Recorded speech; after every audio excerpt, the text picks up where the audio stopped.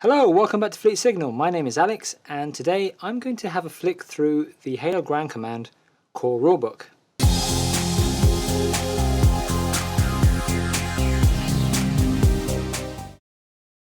So this video isn't going to be a page-by-page analysis of each page of the rulebook or anything like that. It's simply a quick flick through of the book, just to show you what it looks like on the inside, because I guess some people might be interested in what it looks like on the inside. So the front cover, Halo Grand Command core rulebook, some nice artwork there, I quite like it. And on the back, some blurb about the game and what it is. Inside front cover, we've got a piece of artwork here, which I think is from Halo Reach, if I'm not mistaken. We've got Halo Grand Command, a Warthog. Credits page with some nice nods to the community, to community members and playtesters on here as well, which is pretty cool. As well as Spartan and 343 people. Contents page, and then some fluff about the Halo universe. Why are you fighting in the Halo universe? And we've got some battles here: the Battle of Sigma Octanus 4, Battle of Reach, and then we go into gaming the Halo universe. Basically, how did this game come about? And also tells you a little bit about the hobby. You can actually get into this game and make it your hobby. And then some fluff here about Noble Team, which really should have gone into the fluff section instead of the previous bit interrupting it. Seems weird, but it's there. It's fine. Doesn't really take away from the rulebook. So you've got some fluff on each member of Noble Team, including Noble 6. Then we go on to game basics. What do you need to play this game? What are models? What are the individual models in this game? Armored, flying, that kind of thing. Measuring and pre-measuring, and also the battlefield as well. Dice in Halo, bits and pieces you need to play. Core game mechanics, alternate activation, reaction fire, the building blocks of the game. Build rating, force commanders, tells you about those. And also this really nice piece of artwork here. That shows a battlefield in progress. I really like these. There are a couple of these in the rulebook, and I really like these kinds of these overview maps. Where are we now? We're at an elements stat card. Tells you how to read a stat card. States of an element: ready, activated, destroyed, scrapyard, that kind of thing. Dice mechanics, firepower rating, which is a core mechanic in this game. And it gives you the firepower rating table that you also get on the reference sheet that comes with the starter box. Rerolling initial dice, suppression, how suppression works, a summary of everything covered in the section, more artwork, and then we go on to force building, how to actually build an army in this game. So standard battle groups, and it also mentions specialist battle groups as well, such as this ghost battle group here, Spectral Host. So there are going to be specialist battle groups released for Halo Grand Command. Gaming conventions, which that doesn't mean Gen Con or Dragon Meet or anything like that. It basically means like conventions, etiquette basically, kind of like etiquette. So here we have force commanders and heroic characters, and how to read a force commander data sheet, how to read the card. Orders, rolling order dice, another one of these cool maps, and some more stuff about order dice over there.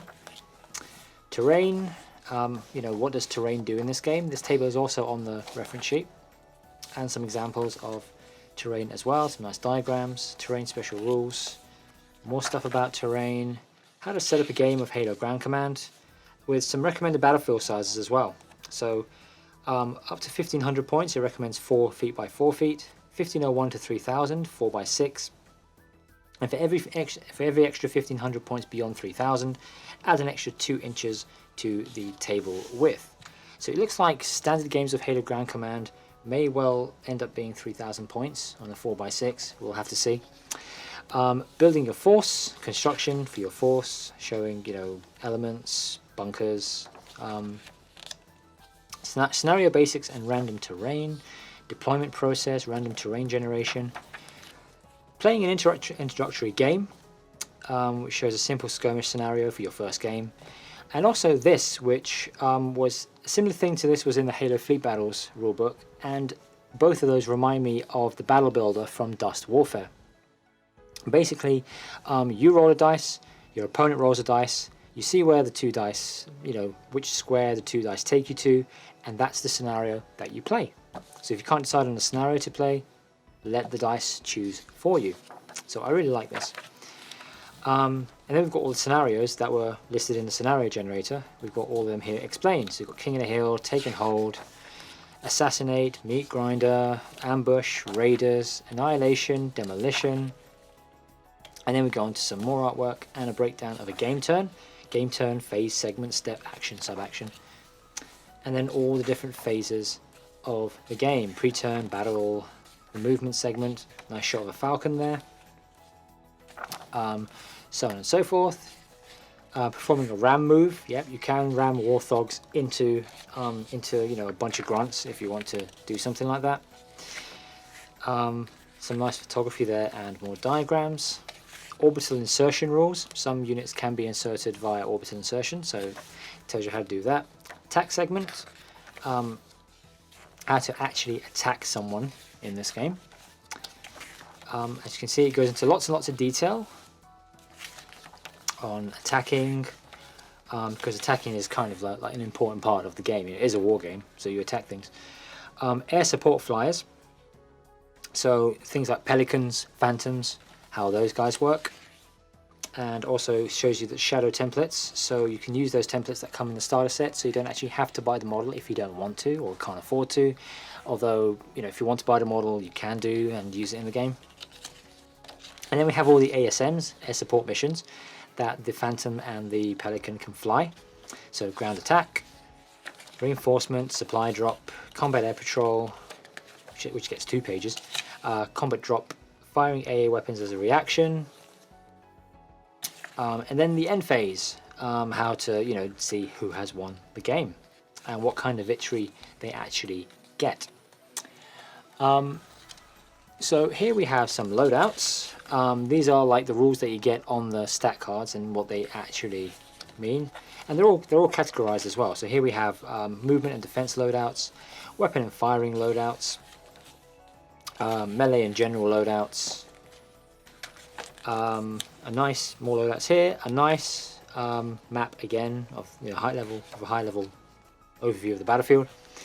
And then we get to Appendix 2, Covenant Standard Battle Groups. These are basically force organization lists for the Covenant. So when you're making an army, in the rulebook you only get 2 of these, and there'll probably be more as the game progresses. Same thing for the UNSC, force org lists. These are standard force org lists, not specialist. And then this part, Appendix 4, this is something that was also in the Halo Fleet Battles rulebook that has continued into Halo Ground Command. This is Spartan Derek Sinclair, who's actually the main designer of this game. Basically how he would go about putting together a 1250 point Covenant list, which conveniently is the amount of Covenant that you get in the starter box. So here we have Spartan Derek's list, here we have Spartan Neil's 1250 UNSC list, which again is the amount of UNSC that you get in the starter box. So you can see how the army actually comes together, and then use that as a jumping off point for building your own army. Okay, now you have an idea of how to build an army, go and build your own when more units come out. At the back here we have a really cool section on preparing and painting your miniatures. A lot of people who are coming to Halo Ground Command might be completely might be completely new to wargaming and have never painted a miniature in their life. So this kind of gives you an idea of how do you start going about that. How do you start getting into the hobby, painting your miniatures, cleaning up your miniatures, undercoating them, in other words priming them, guides to successful painting, that kind of thing.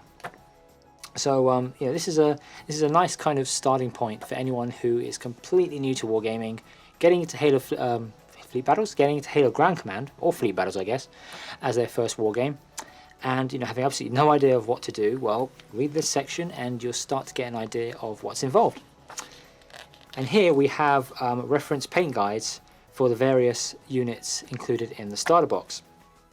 All of these paints, all the paints referenced here are Vallejo paints, and if you go on the internet you can find equivalent charts for Games Workshop paints, Reaper paints, and so on.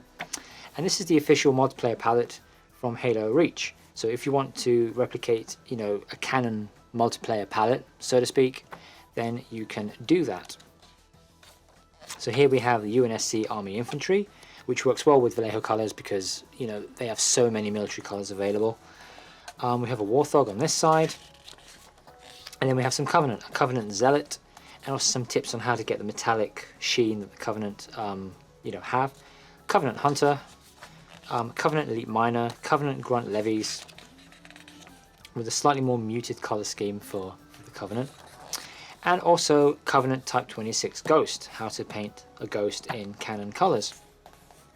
And here a little bit of battlefield inspiration. It'd be really cool to find a battlefield like this one, I think. But yeah, just a little bit of, you know, like if you want to build a battlefield, you know, a bit of inspiration for that. An index which is kind of short actually, and I've noticed does miss out one or two things. Like for example, under G, grenades are not listed. Under F, frag grenades are not listed either.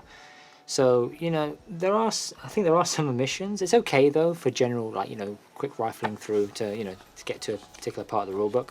But I think the index could have maybe been expanded a little bit. And then here we have an epilogue. Some words from Neil Fawcett, Spartan Neil, about, you know, playing the game and, you know, kind of the intentions that Spartan had when making Halo Grand Command. And an interesting advert here which says Halo Grand Command February 2017. February 2017 is when Halo Wars 2 comes out. So looks like there might be some sort of tie-in with Grand Command and Halo Wars 2, maybe a product coming out at the same time.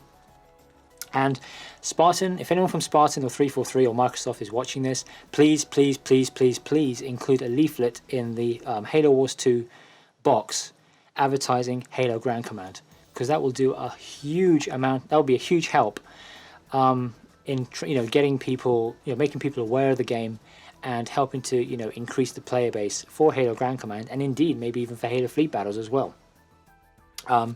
So, you know, please include a leaflet in the Halo Wars 2 box. Thank you. And that is the rulebook. Overall, I think it's a solidly put together rulebook. I haven't encountered too many typos. I think only maybe one or two typos so far. So, you know, it's been put together really well. The quality overall is really good. As you can see, it's good quality paper, you know, full color throughout.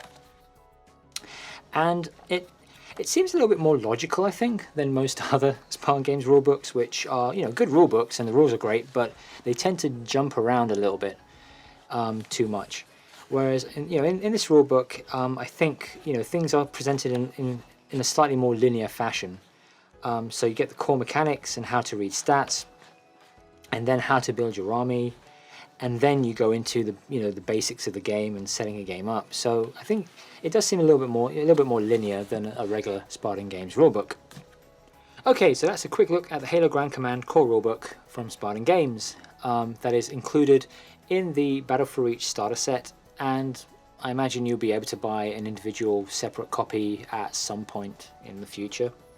So if you haven't subscribed yet, then please do consider subscribing, as it helps the channel and you get a ping when a new video goes up on the channel. And leave a like or a dislike depending on how you felt about the video. Also, you'll find Fleet Signal on social media at the usual places, and also over at fleetsignal.com. Okay, that's all for now. Until next time, see ya!